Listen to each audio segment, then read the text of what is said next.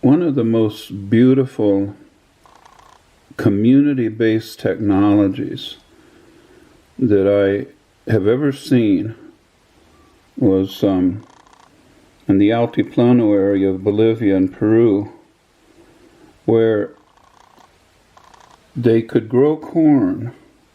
This is pre-Incan, at 14,000 feet. That's 4,267 meters above sea level. And they would be able to do this next to the lakes, like Lago Titicaca, the sacred lake, El Lago Sagrado. And it is the most interesting use of radiant heat that I've ever seen, because they were able to allow water to flow in between planting beds. So this is where the corn would be grown, up here, right in these planting beds that were created by taking dirt out of the area, which was then inundated with water and then sealed off. So you have water here. In fact, fish were cultivated, and they have found duck bones also, of ducks that floated around in that water. The excrement from the fish and the ducks, which provided protein, created a fertilizer of the water ponds in between these planting beds.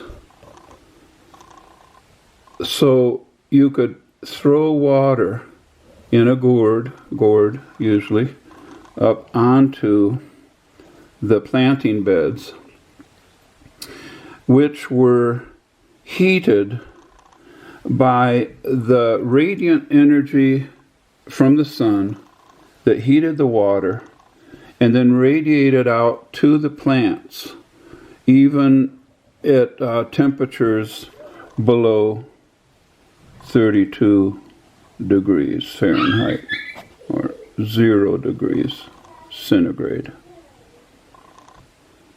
At temperatures below freezing, these plants would survive. Okay?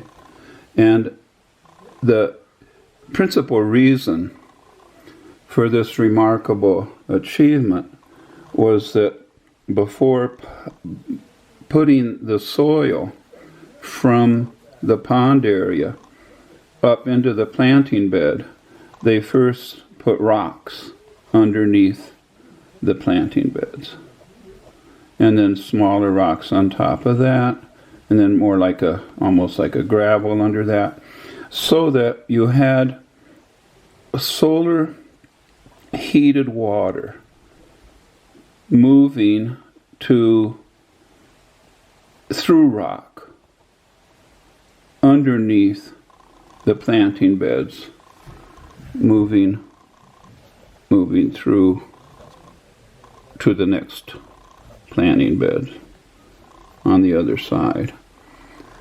Always hot, a warmer temperature will move to the cooler temperatures of rock, so that you had radiant heat coming up through the root system of the corn, let's say, and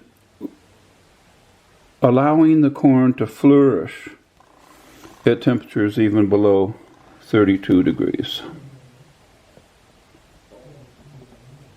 So they got their protein. They have found fish bones. These sucacoyos, as they're called. Let me write that out. Sucacoyo in Aymara. And in Quechua, wara wara, which Sounds so much like water, doesn't it? Wada wada. Maybe where our term water came from, who knows? These people, the Aymara, call themselves a people who always were, always existed. Their culture goes back at least 12,000 years or in oral tradition. And these sucacoyos come out all around Lake Titicaca. They can be seen, and in fact were discovered from the air. Remember, this area is blocked off after the lake water is allowed to flood in between the planting beds, blocked off there. And the water then is solar heated quite intensely by the sun of the Altiplano, which is just very intense because of the thin atmosphere. And so there's a wonderful solar heating of the water, which then transfers the heat underneath the plants. Not only corn, but quinoa, amaranth, mountain lupin, and other types of grains and vegetables were grown in these planting beds. Wonderful technology, incorporating the concept of radiant heating.